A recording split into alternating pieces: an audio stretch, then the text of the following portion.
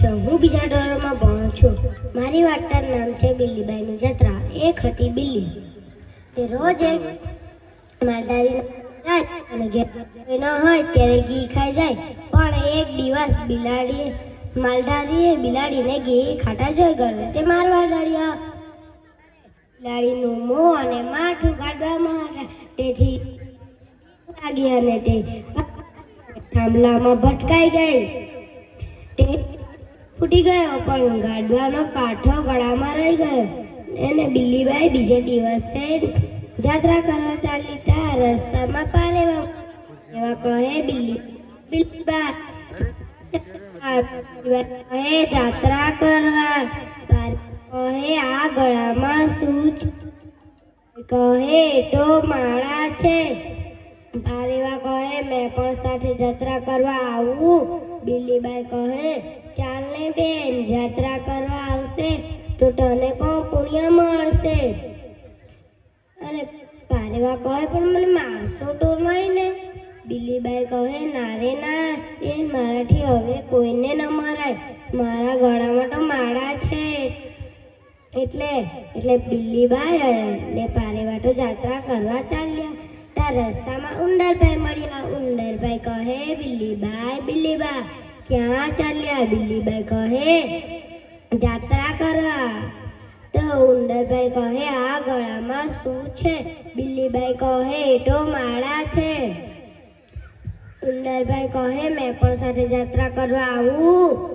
બિલ્લીબાઈ કહે ચાલ ને ભાઈ, જાત્રા કરવા આવશે તો તને પણ પુણ્ય મળશે.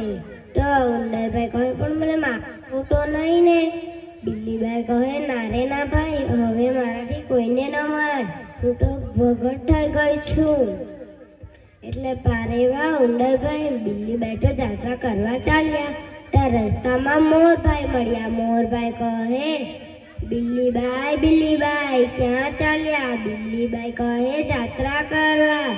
ઉંદરભાઈ કહે આ ગળામાં શું છે? બિલ્લીબાઈ કહે તો માળા છે. મોરભાઈ કહે મેં પણ સાથે જાત્રા કરવા આવું. બિલ્લીબાઈ કહે ચાલ ને ભાઈ, આવશે તો તને પણ મને મારશો તો નહીં ને?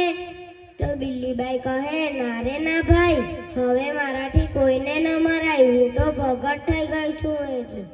એટલે પારેવા ઉંદરભાઈ મોરભાઈ અને બિલ્લીબાઈ તો જાત્રા કરવા ચાલ્યા.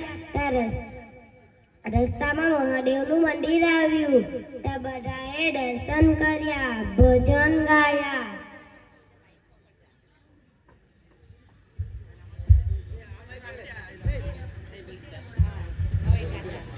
હર હર શંભુ ભોળા, તમારી ધૂન લાગી ધૂન લાગી, તમારી ધૂન લાગી. સર્પે માળા, તમારી ધૂન લાગી.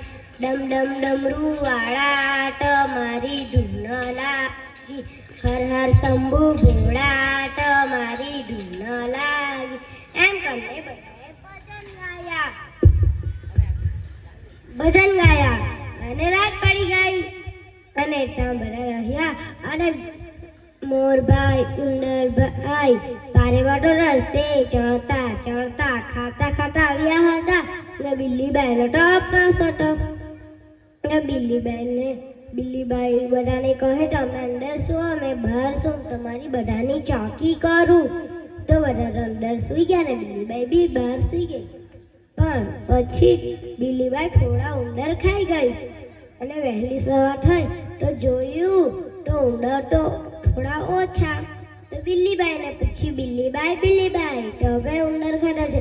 બિલ્લીબાઈ કહે કાલે મેં તો જાત્રા કરવા આવી હતી ને કાલે મારો ઉપવાસ હતો, આજે તો મારો ઉપવાસ નથી એટલે મેં થોડા ઉંદર ખાઈ ગઈ. આ વાર્તા પરથી તમને બોધ મળે છે કે કોઈ પર વિશ્વાસ કરવો નહીં.